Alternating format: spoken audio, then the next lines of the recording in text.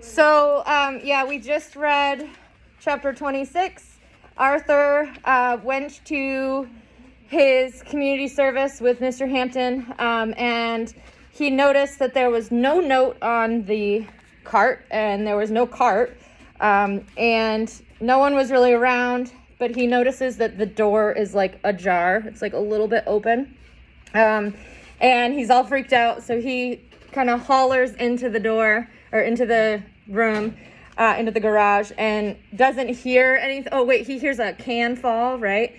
And yeah, and then he throws something, and there's like some noises, and then he picks up a plank of wood with some rusty nails as like a weapon, and he's wielding it. Yeah.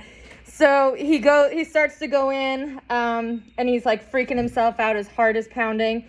And he finds the light switch and turns it on, and then he sees something.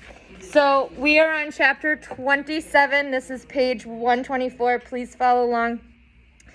All Arthur saw at first was a wall of gold and silver. A stunned gasp escaped from him. What the heck had he stumbled upon? It looked like a shimmering shrine inside the garage, like something you'd see on a Hollywood movie set or in an Egyptian temple or something. There were glittering tables, silver pillars, gilt pedestals, and throne-like chairs. Arthur couldn't believe his eyes. Radiant gold and silver objects filled almost half of the room. The pieces piled so high they nearly touched the low-ceiling lights. It was unreal. Arthur wondered if he was having a hallucination or some kind of crazy dream. Was he really standing inside Mr. Hampton's garage in Washington, D.C.? He closed his eyes and opened them again just to check if everything was still there. It was. And that's when he noticed something else. There were wings everywhere. They were attached to the sides of the tables, the backs of the chairs, the pedestals, and the pillars. Everything he could see had its own pair of sparkling wings. So he sees this like crazy creation. We're on 125, sorry. Oh, because I thought you said 127. Oh, no, sorry. So he walks in and he sees this like crazy shrine thing. Like it's this big like artwork, like crazy thing with all these chairs and pillars and tables and pedestals, which are like poles. And everything's like shiny and it has wings on it. So he's making like some sort of art piece. Excuse me. Arthur remembered what Mr. Hampton had said about his dad's hat. I took it for the wings. Was this what he'd meant? Still trying to grasp the unbelievable scene in front of him, Arthur stood motionless by the door. His leaky boots made two moist prints, like wings on the cement. Oh, I hate that word. Why must you use it? Where had Mr. Hampton found all of these things? I hate that word. I don't know why, I just hate it. Where had it's terrible. Where had Mr. Hampton found all of these things, and what was the mysterious creation supposed to be? Arthur might have stayed frozen in the same spot forever, lost in the vision of the shimmering world, if it hadn't been for the sound. From the opposite side of the garage, Arthur heard a low moan. Any predictions? Mr. Hampton, they have like a heart attack. His eyes darted toward the far corner of the garage where there's... Okay, shh. His eyes darted toward the far corner of the garage where there didn't seem to be much light. Only pools of darkness and shadow and piles of stuff he couldn't really identify in the gloom. Except for one thing, a man lying on the floor. He wore a familiar tan coat, his shoes were still on his feet, and a pair of shattered glasses rested on the floor in front of his head. So he sees a man on the floor, and he's like not really moving or anything, and his glasses are shattered. Arthur's heart dropped. James Hampton. So remember, up until this point, he hasn't seen him at all. So he hasn't met him. He's just communicated with him through notes. Actually, he met him in the court, but other than that, he hasn't met him. So this is chapter 28, and this is 126. Later on, Arthur couldn't remember everything that happened. It was like the night his dad died. He could only recall certain sights and sounds, the rain on the officer's shoulders, the word instantly. Arthur remembered running over to James Hampton and picking up his broken glasses from the cement floor. He remembered the bitter smell of urine and vomit around him, so he is not well at all. And he remembered crouching down next to the old man, desperately praying, begging, hoping he was still alive. "Who are you?" Mr. Hampton said. Those are not symptoms of the coronavirus, but okay. "Who are you?" Mr. Hampton said, suddenly opening his eyes and scaring the heck out of Arthur. Arthur Owens," he stammered. The man's dark eyes looked distant and unfocused, as if they didn't actually see Arthur, but someone else. "I don't know you," he mumbled. "Tell me where I am, Saint." So he's very confused and out of it, and he peed himself and vomited. He's not doing well at all. Arthur swallowed, unsure what to answer. "Your garage," he replied finally, top of 127. "And I'm not a saint," he added. "I'm Arthur Owens, the kid doing the probation sentence for you." He couldn't bring himself to mention the brick. "Oh, yes, Saint Arthur," the man murmured, his eyes sliding closed again. "Now I know exactly who you are. You're the one who saved me." "I didn't save you," Arthur started to explain, but stopped when he saw Mr. Hampton's closed eyes and rasping breath, so he's having trouble breathing even. He could feel panic rising in his throat. He didn't know if Mr. Hampton had fallen or had a heart attack or what. With his face crumpled against the cold cement floor, the old man looked like he was dying. Arthur glanced toward the side door of the garage, desperately hoping someone would arrive. If Mr. Hampton died while he was there, nobody would believe it wasn't his fault. So he immediately was "Oh no, I'm gonna get blamed for killing this guy, just because of his past." But no one came. Arthur shook the old man's shoulder, begging him to wake up. "Can you hear me, Mr. Hampton? I have to go and get some help for you, okay?" Arthur's panicked voice echoed through the garage, but the man didn't move or answer. At the other end of the room, the dozens of gold and silver wings remained motionless, too. Nothing stirred. Arthur felt as if he was about to explode with fear. He was afraid to stay with Mr. Hampton, and he was afraid to leave. He'd already deserted Mr. Hampton once. He'd left him lying alone on a city sidewalk and run away like a coward. If he left to get help, would he look like a coward again? Top of 128. Arthur decided he had to take the chance. He couldn't stay there and watch the guy die. Standing up, he took one last look at the motionless man and ran to get Groovy Jim. The rest of what happened was a blur to Arthur. He remembered bursting into Groovy Jim's shop, shouting things that probably didn't make much sense, about finding Mr. Hampton on the floor and calling the police. He remembered Groovy Jim running up the gravel alley in his slippers, with his burly customer following him, and he remembered almost crying with relief when Groovy Jim kneeled down next to Mr. Hampton and he opened his eyes again. "What happened to you, buddy?" Groovy Jim said, trying to sound calm as he tucked the man's coat tighter around him and patted his arm. "You take a fall and hit your head or something?" "No." Mr. Hampton's head moved almost imperceptibly. "I'm ready to go," he whispered. "Go where?" Groovy Jim asked, just to keep him talking. Arthur could tell. "Heaven," replied Mr. Hampton, closing his eyes again. Looking startled, Groovy Jim glanced back at Arthur and his customer. "Well, I don't think heaven is ready for you yet, buddy," he said loudly. "You need to stay right here with us until help gets here. You've got a lot of years left to live. You can't get rid of us that easily."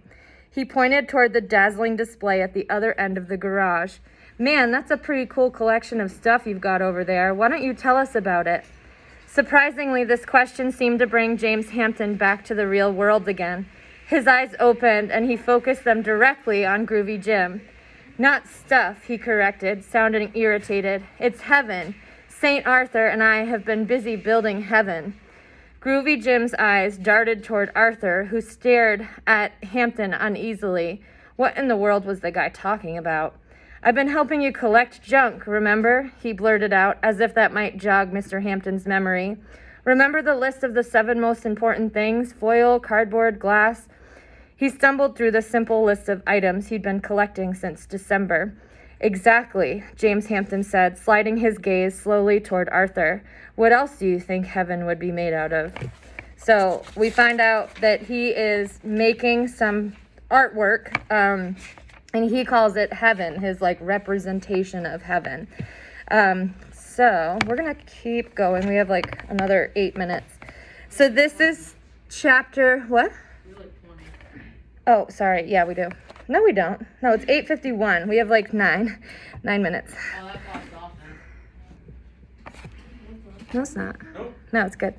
That's not even 8, not 8. That's 8:42, and it's 8:42 on my watch. I thought you just said we had another 9 minutes. Yep, because we got out 8:51. Oh, I thought we were I can do math. Woo! All right. This is chapter 29, and this is page 130.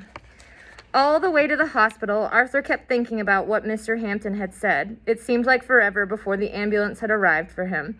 Once Mr. Hampton had been loaded into it, Arthur got into one of the cop cars to ride along to the hospital. Groovy Jim stayed behind to finish working on his customer. "You sure you don't mind going by yourself?" Groovy Jim had asked before Arthur left. He nodded, even though he really wasn't okay with it. He had no idea what he was supposed to do once they got to the hospital or how he'd get home. He didn't even have a dime to call someone. So that's a funny reference to like the time period. So why would he want a dime to call someone? Any ideas? It was like the payphone. Yeah. So back in the day, like even when I was little, we had payphones, which is not something that's around anymore. I haven't seen one in 20 years. in the cities. You put like quarters. Not anymore. They got rid of them now that people have cell phones. I'm sure maybe there's one here or there, but they used to be. Yeah. There was one in the lobby. Yeah. Yeah. So now that people have cell phones, they don't really have payphones anymore. Sometimes you'll see like the station of like where it was, like the little box of where it was, but there's no payphone in it. So he needs a dime to make a call. That's So so weird. kind of Like, dates there's, it. Yeah. No references to like it being that long ago. I know. Except like little ones like that. At the beginning of the book, and, like, Yeah. But other than that, I keep forgetting. Like, Yeah. I feel like it's like. Yeah, except for like the Kennedy reference and this payphone reference, there's not much. You're right. So I keep thinking that It's like now. 2000. Yeah, no, I agree. All right, let's keep going. So we're on the bottom of 130. When the cop got into the car, he turned to Arthur and said, "Bet this is your first ride in a cop car, isn't it, kid?" Arthur said, "Yeah, not his first ride." He resisted adding that it was his first ride without handcuffs, anyhow. Top of 131. As the officer backed the car down the alley and sped down the block, siren blaring, Arthur kept going over and over in his mind what James Hampton had said. Had he really made all the gold and silver pieces in the garage himself? And had he really meant they were supposed to look like heaven, the place with angels and pearly gates and all that? After his dad died, Arthur had spent a lot of time thinking about heaven, wondering if it was real and what it was like, wondering if his dad was there, despite what his stupid aunt had said at the funeral home. I think she said something about like how he was such a bad guy and wouldn't go to heaven or something like I that. always wonder what it's like to die. Yeah, Like, it's you know, definitely. That feeling, especially when I'm penetration and bored. You're like, I wonder. What does it feel like to die? Yeah. You just have to go up there and you just watch people. Sometimes in juvie, when he couldn't sleep, he would try to picture the perfect heaven for his dad. He would imagine a place full of motorcycles and lots of things to fix, because his dad always liked to tinker with stuff. A place that was sunny and warm year-round, so his dad would never have to put his Harley away. Hey, Sam sits there. you can sit there for now. Yeah. Mostly he pictured heaven being kind of like Florida with motorcycles. Here, Andrew, let me get you your book. Your braces off. So we're on 130. So basically, he just entered the garage and found James Hampton on the floor. Like, and he had like vomited and like was really sick. Yeah, so he found him on the floor like really sick and like not well, and now they're on their way to the hospital. Roll my desk. So, oh my God. So we're on 131. I lost my spot. Kind of in the middle where it says mostly. Mostly he pictured heaven being kind of like Florida with motorcycles. But he'd never imagined finding heaven in a garage in Washington, D.C. Oh, yeah. So also, Andrew, he walked into the garage and there was like this crazy like artwork of like junk. And James Hampton said it was like his heaven. Like he created heaven out of junk. Bottom of 131. Arthur closed his eyes, trying to recall what the arrangement had looked like. So he's trying to think of this art piece. He hadn't gotten a good look. at the pieces, but it didn't seem possible that the fancy tables and chairs and pillars were made of stuff from the trash. Nobody was that good an artist. But there were all those wings. How could you explain the wings? Top of 132 now. Mr. Hampton had taken his father's hat for the wings, and he'd signed all his notes St. James. The grocery cart was a chariot, Hampton had told Arthur's sister. That's like a cart, like on wheels, that's like led by horses. We talked about that. The week before, he'd sent Arthur to find a throne. Thrones, chariots, wings, saints, heaven. Arthur shook his head. It made sense and didn't make any sense at the same time. But the more puzzling question was why? Why was Hampton building heaven? And Arthur glanced anxiously over his shoulder at the ambulance screaming through the rain behind them. What if Hampton died before he found out? So he's like trying to figure out what this means, why he's building this, and he's worried that he's not going to find out he's not going to find out before James Hampton dies. Okay, cool. Put a bookmark in it.